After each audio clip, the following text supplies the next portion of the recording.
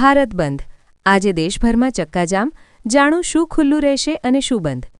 વિવિધ કર્મચારી યુનિયનો અને ખેડૂત સંગઠનોએ પોતાની માંગણીઓને લઈને 12 ફેબ્રુઆરીએ ભારત બંધનું એલાન આપ્યું છે આ હડતાલને કારણે સામાન્ય જનજીવન અને બેન્કિંગ સેવાઓ પર મોટી અસર પડી શકે છે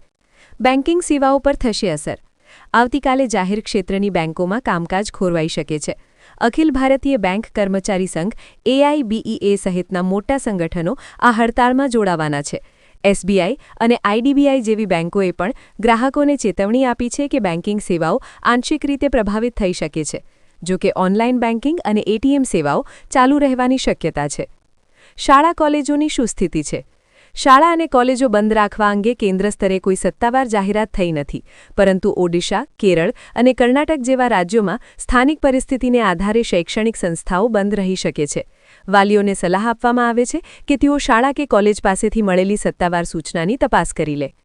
પરિવહન અને બજારો ચક્કાજામના એલાનને કારણે રસ્તાઓ પર ટ્રાફિક અને જાહેર પરિવહન સેવાઓ ખોરવાઈ શકે છે ઘણા વિસ્તારોમાં વેપારી સંગઠનો બંધને ટેકો આપી રહ્યા હોવાથી બજારો અને દુકાનો બંધ રહેવાની શક્યતા છે સરકારી કચેરીઓમાં પણ કર્મચારીઓની હાજરી ઓછી રહી શકે છે